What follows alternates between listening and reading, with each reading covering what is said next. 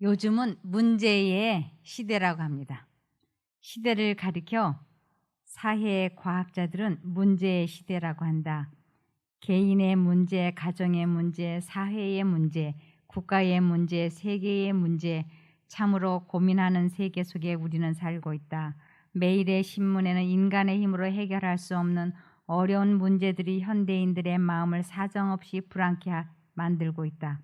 이와 같은 문제들을 그 누가 해결할 수 있을까? 그러나 하나님의 말씀인 성경은 이 문제에 대한 유일한 해결책을 제시해 주고 있다. 오직 그리스도께서만이 이 모든 문제를 해결할 수 있는 유일한 분이심을 보여주고 있다. 그러면 언제 이 모든 문제는 해결될 것인가? 곧 그리스도께서 재림하시는 날, 이 땅에 다시 오시는 그날이다. 그러므로 그리스도께서 이 땅에 재림하시는 날은 최대의 소망의 날이요 인류 역사 중 최고 절정을 이루는 날이다. 이 영광스러운 재림의 사건에 관하여 하나님의 말씀은 어떻게 가르치고 있는지 연구해 봐야 한다. 최고의 영광스러운 날, 그리고 이 세상의 모든 불행이 끝나는 날이 예수님 재림의 날이에요. 그래서 이 재림의 날에 그 자리에 우리 모두는 있어야지 됩니다. 그래서 그날은 어떠한 영광스러운 날인지 오늘 좀 말씀에 비춰서 알아보려고 합니다. 우리가 그 사람에 대해서 참 좋은 사람이야, 믿을 만한 사람이야 라고 말을 할 때는 그 사람이 무엇을 잘 지키는 사람일 때 그런 말을 하느냐면 약속을 잘 지키는 사람일 때 그 사람 믿을 만하다라고 얘기를 해요. 또 아이들이 엄마 아빠를 굳게 신뢰하고 따르는 것도, 존경하는 것도 엄마 아빠가 약속을 잘 지킬 때 부모를 신뢰하고 존경하게 되죠. 사람도 약속을 이렇게 지키려고 노력을 하고 지키는데 하물며 이 세상을 천지창조하신 창조주 하나님께서는 얼마나 이 약속을 분명하고 확실하게 지켜주시겠습니까? 그래서 예수님께서 나를 믿으라 그러시면서 나를 믿고 또 내 아버지를 믿으라. 그런데 이 무엇을 믿으라고 하는 것이냐면 약속을 믿으라고 하는 것이에요. 나만 약속하는 게 아니야. 내 아버지 하나님도 약속을 하시니까 약속을 믿으라고, 틀림없이 내가 다시 오겠다고 말씀을 하시는 것이에요. 요한복음 14장 1절에서 3절입니다. 예수님은 다시 말씀하셨다. 너희는 마음에 근심하지 말아라. 하나님을 믿고 또 나를 믿어라. 무엇을? 내가 다시 오겠다고 하는 그 약속한 것을 믿어라. 내 아버지의 집에는 있을 곳이 많다. 그렇지 않으면 내가 너희에게 말해 주었을 것이다. 나는 너희가 있을 곳을 마련하러 간다.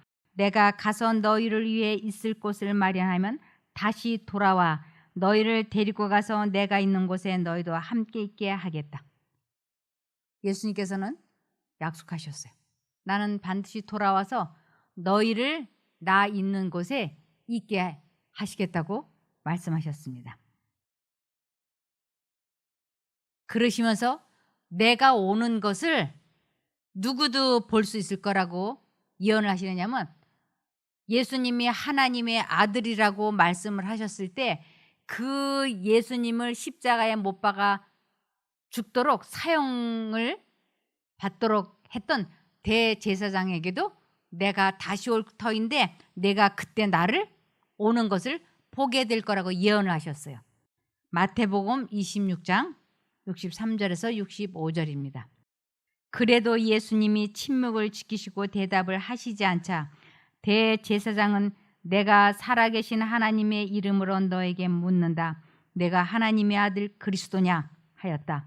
예수님은 그에게 그렇다. 내가 분명히 너희에게 말해두지만 앞으로 내가 전능하신 분의 오른편에 앉은 것과 구름을 타고 오는 것을 너희가 볼 것이다 하고 대답하셨다. 그때 대제사장이 자기 옷을 찢으며 큰 소리로 저 사람이 하나님을 모독하였으니 이 이상 무슨 증거가 더 필요하겠는가? 여러분도 저 사람의 모독적인 말을 다 들었습니다. 예수님을 하나님의 아들이라고 그런 것을 참남죄라고 하나님을 모독하는 말을 했기 때문에 이 사람은 사형을 받아야 된다고 말했던 이 대제사장에게 내가 이 세상에 오는 것을 내가 똑똑히 보게 될 거라고 예수님께서는 예언해 주셨어요. 또 예수님이 이 세상에 다시 오실 것이라고 하는 걸 누구도 그 약속을 확증해 주었느냐면 천사들도 약속했습니다. 이 약속을 확증해 주었습니다. 예수님께서 많은 사람들과 함께 대화를 나누시다가 공중으로 부활시킨 의인들과 함께 천국으로 올라갈 때, 승천할 때 제자들이 그 모습을 보면서 하면서 끝까지 안 보일 때까지 이렇게 바라보고 있었어요. 사람들이 너무나 놀랐어요. 그럴 때 천사가 나타나서 이렇게 올라가신 저 예수님은 다시 오실 것이라고. 사도행전 1장 9절에서 11절입니다. 이 말씀을 하시고 예수께서는 그들이 지켜보는 가운데서 하늘로 올라가시니 구름에 쌓여 보이지 않게 되었다. 그들이 예수께서 승천하시는 모습을 한없이 바라보고 있는데 갑자기 흰옷을 입은 두 사람이 그들 곁에 나타나서 말하였다. 갈릴리 사람들아, 왜 여기 서서 하늘만 쳐다보고 있느냐? 예수께서는 하늘로 올라가셨다. 그러나 훗날 그분은 올라가시던 그대로 다시 오실 것이다.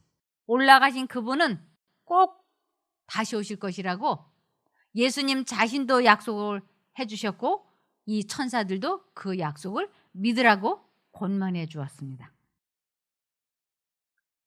그러면서 예수님이 다시 오실 것을 누구도 증언해 주었느냐면 사도들도 증언해 주었습니다.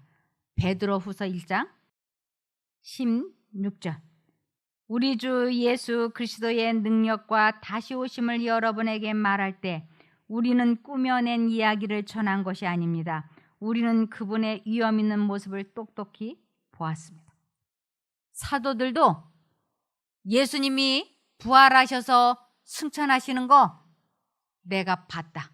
그리고 그분은 다시 오실 것이라고 사도들도 증언을 해 주었습니다. 구약 시대의 선지자들도 예수님께서 재림이 있을 것을 약속하셨어요. 약속해 주었습니다. 유다서 1장 14절에서 15절입니다.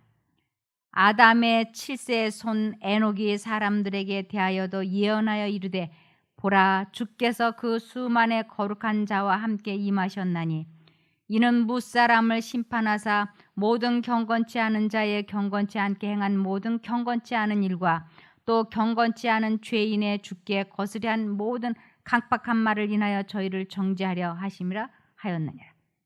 사람들이 예수님을 정죄해서 십자가에 달려 돌아가시게 하고 예수님은 3일 만에 부활하셔서 하늘로 승천할 것을 에녹이 사람들에게 전했던 것입니다. 그래서 우리 주님께서 오실 때 사람들이 얼마나 기뻐하고 그리고 무슨 말을 할 것인지를 이사야 25장 9절에 말씀하셨습니다. 그날이 오면 사람들이 보라, 이분이 우리 하나님이시다. 우리가 하나님을 믿고 따르니 하나님께서 우리를 구원해 주셨다. 이분이 우리가 믿는 여호와이시다. 여호와께서 우리를 구원해 주셨으니 기뻐하고 즐거워하자라고 말할 것이다. 아마 그때 주님 그 재림하시는 그때 울지 않는 사람은 아무도 없을 거예요. 근데 주님은 그 발이 이 땅에 닿지 않으세요. 그분은 저 공중에 계세요. 그러면서 우리 주님께서 오시는 것을 번개가 서쪽에서 번쩍하면 동쪽에서 알 수 있는 것처럼 수많은 사람들이 예수님 오시는 것을 다 볼 수 있다 그랬어요. 다. 그러면서 예수님은 몰래 슬쩍 오시는 것이 아니고 어떤 모습으로 오신다고 약속하셨느냐면 계시록 2장 7절에 볼지어다 구름을 타고 오시리라. 각인의 눈이 그를 보겠고 그를 찌른 자들도 볼 터이요 땅에 있는 모든 족속이 그를 인하여 애곡하리니 그러하리라. 아멘.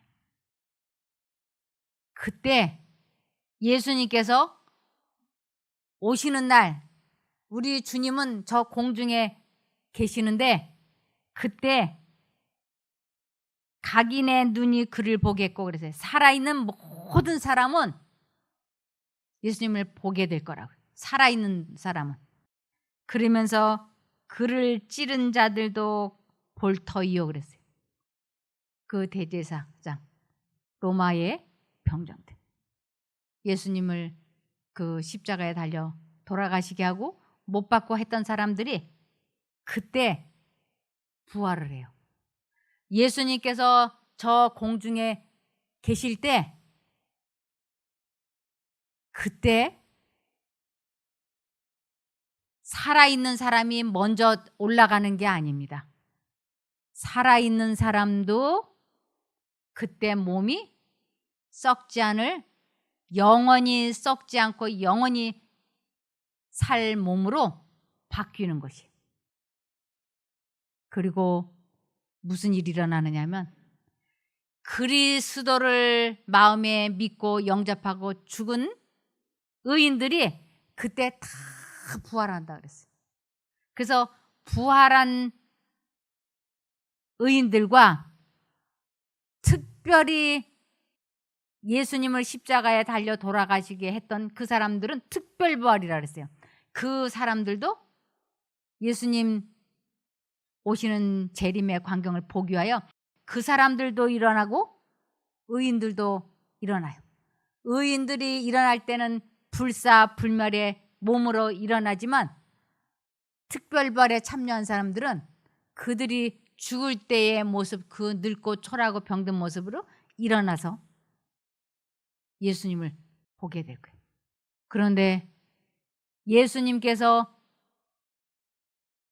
살아있는 의인들과 죽은 의인들을 부활하시고 특별부활한 악인들을 일으켜 세우실 때 그때 살아있는 죄인, 살아있는 악인들, 살아있는 하나님을 믿지 않았던 모든 사람은 그때 다 죽는다고 돼 있어요. 하나님의 그 영광스러운 빛에 살아남아 있을 사람이 하나도 없는 것이. 그래서 그때 살아있는 의인과 부활한 의인이 같이 공중으로 끌어올려 가서 저 공중에서 예수님을 만나게 된다고 말씀에는 나와 있는 것입니다. 그래서 이 그리스도의 재림은 신약 가운데 300번 이상이나 기록되어 있습니다. 이것은 매 25절마다 재림에 관해 언급한 셈이다. 그리스도의 재림을 직접적으로 언급한 것이 신구약 성경을 통하여 300번 이상이나 기록되어 있으며 간접적으로 언급된 것은 1000번 이상이나 된다. 이처럼 하나님의 말씀인 성경 자체가 그리스도의 재림을 확증하면서 거듭거듭 가르치고 있다. 성경의 확증처럼 힘있는 증거가 또 있을까? 이 성경은 계속 주님께서 다시 오실 것이라고 이것을 강조하고 있어요. 예수님이 재림하시는 것을 각인이 보게 될 거라고 하나님께서는 말씀하셨습니다. 그러면서 아주 굉장한 영광스러운 모습으로 오실 거라고 마태복음 24장 30절입니다. 그때에 내가 온다는 징조가 하늘에 나타날 것이니 세상의 모든 민족이 통곡할 것이다. 그들은 내가 구름을 타고 능력과 큰 영광으로 오는 것을 보게 될 것이다. 지금은 아무도 예수님이 오시는 날짜와 시간을 몰라요, 지금은. 그런데 막상 예수님께서 재림하신다라고 하는 그 시점에서는 알려주신다 그랬어요. 그것이 일주일 전에 발표를 하실는지 3일 전에 발표하실는지 한 달 전에 발표할는지 그것은 우리는 몰라요. 그러나 분명히 발표된다 그랬어요. 그런데 같은 장소에 이렇게 있으면서 예수님 재림하신다고 하는 그 시간과 날짜가 발표될 때 이것을 알아듣는 사람은 평상시에 하나님과 연관되어 있는 사람이라고 그랬어요. 하나님의 음성을 밝히 듣던 사람이 저건 우리 예수님께서 오신다고 하는 지금 발표하는 말씀이시다. 이것을 알아듣고 그들의 얼굴이 환하게 빛이 나는 거죠. 제 귀에 예수 그리스도께서 내일 밤 12시에 오신다 이렇게 들렸다면 제가 얼마나 놀라겠어요. 얼마나 기뻐하겠어요. 오신다. 그 하나님이 오신다. 펄쩍펄쩍 뛰지 않겠어요? 그런데 평상시에 하나님의 음성을 알아듣지 못했던 사람, 이 소리를, 하나님의 이 음성을 천둥 번개 소리로 듣고 하나님의 음성은 듣지 못한다고 하는 것이에요. 그들의 귀에는 그냥 천둥 번개 소리로 들릴 거라 그랬어요. 지금 양심 가운데 세미하게 들려오는 하나님의 음성을 듣는 훈련과 연습을 해서 그분이 이끄시는 대로 삶을 살아가는 사람은 우리 주님 오신다고 하는 그 재림의 발표 시간에 날짜와 시간을 알아들을 수 있게 되는 것입니다. 그리고 주님께서 그 오신 날 주님의 세미한 음성을 듣고 그 믿음을 마음에 심고 죽음을 맞이했던 사람들은 우리 주님께서 깨어라, 깨어라, 일어나라 하고 명령하실 때 그 죽은 의인들이 다 일어난다. 그리고 나서 마태복음 24장 30절에 그때에 내가 온다는 징조가 하늘에 나타날 것이니 세상의 모든 민족이 통곡할 것이다. 그들은 내가 구름을 타고 능력과 큰 영광으로 오는 것을 보게 될 것이다. 상상할 수도 없어요. 너무나 엄청난 영광스러운 날이기 때문에.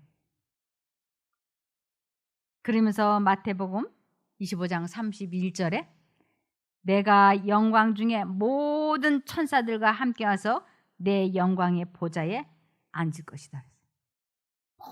모든 천사들을 데리고 우리 하나님께서는 저 공중에 임하실 것입니다.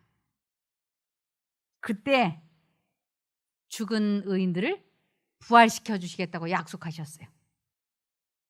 데살로니가전서 4장 16절에서 17절입니다. 주께서 호령과 천사장의 소리와 하나님의 나팔 소리로 친히 하늘로부터 강림하시리니, 강림하신다는 건 내려오시리니 이런 뜻이에요. 내려오시리니 그리스도 안에서 죽은 자들이 먼저 일어나고, 그리스도 안에서라고 돼 있어요. 하나님이 말씀하신 것을 내 마음에 선택하는 사람들, 그 말씀대로 순종하며 사는 사람들을 그리스도 안에 거한다라고 해요. 내가 내 안에, 내가 내 안에라고 말씀하셨잖아요.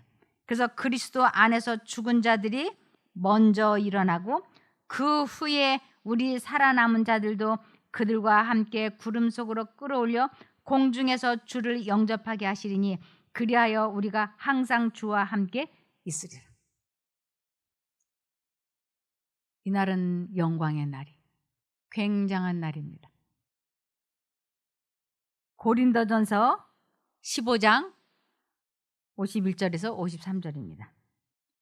보아라, 내가 너희에게 비밀을 말하는데 우리가 다 잠잘 것이 아니라, 다 잠자다 이건 죽을 것이 아니라 모두 변화될 것이다. 모두 변화될 것이다. 마지막 나팔의 순식간에 호련히 그렇게 될 것이다. 나팔 소리가 나면 죽은 자들이 썩지 않을 것으로 살아나고 우리도 변화될 것이다. 이 멸망할 것이 멸망하지 않을 것을 입어야 하고 이 죽을 것이 죽지 않을 것을 입어야 한다.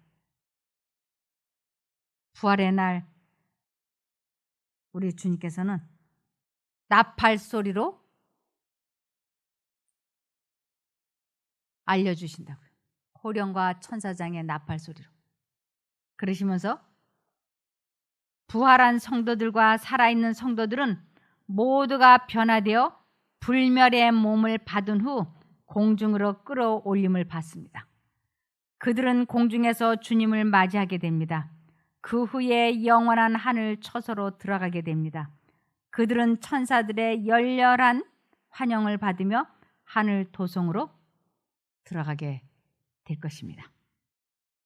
주님께서 재림하실 때 악인들은 모두 영광의 빛에 의해서 죽는다. 그리고 예수님이 오신 것을 본 특별 부활에 참여했던 악인들도 다시 죽습니다. 그래서 우리 사람이 죽으면 초상을 치른다라고 그러죠. 초상. 이거는 처음에 한 번 죽는 것을 초상이라 그래요. 두 번째 사망은 멸망이라 그러죠. 그래서 우리 주님이 재림하실 때 그 영광의 주님을 맞이할 수 있는 사람들은 평상시에 지금 이때에 주님과 마음이 하나로 연합된 사람들입니다. 주님께서 내 죄를 용서해 주셨고 내가 그것을 믿음으로 주님을 영접한 사람은 살아서 믿었으면 영원히 죽음을 경험하지 않고 살아서 주님을 맞이하게 될 것입니다. 또 주님을 마음에 모시고 죽은 사람은 주님이 재림하실 때 부활을 해서 천국에서 영원히 살게 될 것입니다. 우리들은 부활의 종교, 영생의 종교를 믿고 있습니다. 그 영광스러운 날에 우리 모두가 참여하기를 바라며 말씀을 마치겠습니다. 기도하겠습니다. 하늘에 계신 저희들의 아버지 하나님, 저희들이 그 영광스러운 재림의 시간에 그 자리에 있을 수 있도록 도와주시옵소서. 오직 그것만을 위하여 지금 저희들이 살아있는 것입니다. 저희가 그것을 잊어버리고 마음이 해이해졌다면 다시 한번 마음을 다잡고 다시 한번 마음을 굳게 굳혀서 주님을 마음에 모시고 주 안에서 사는 저희들이 되게 회개시켜 주시옵소서. 살든지 죽든지 오직 하나님만 높이는 저희가 되게 도와주시기를 예수님 이름으로 간절히 기도드리옵나이다. 아멘.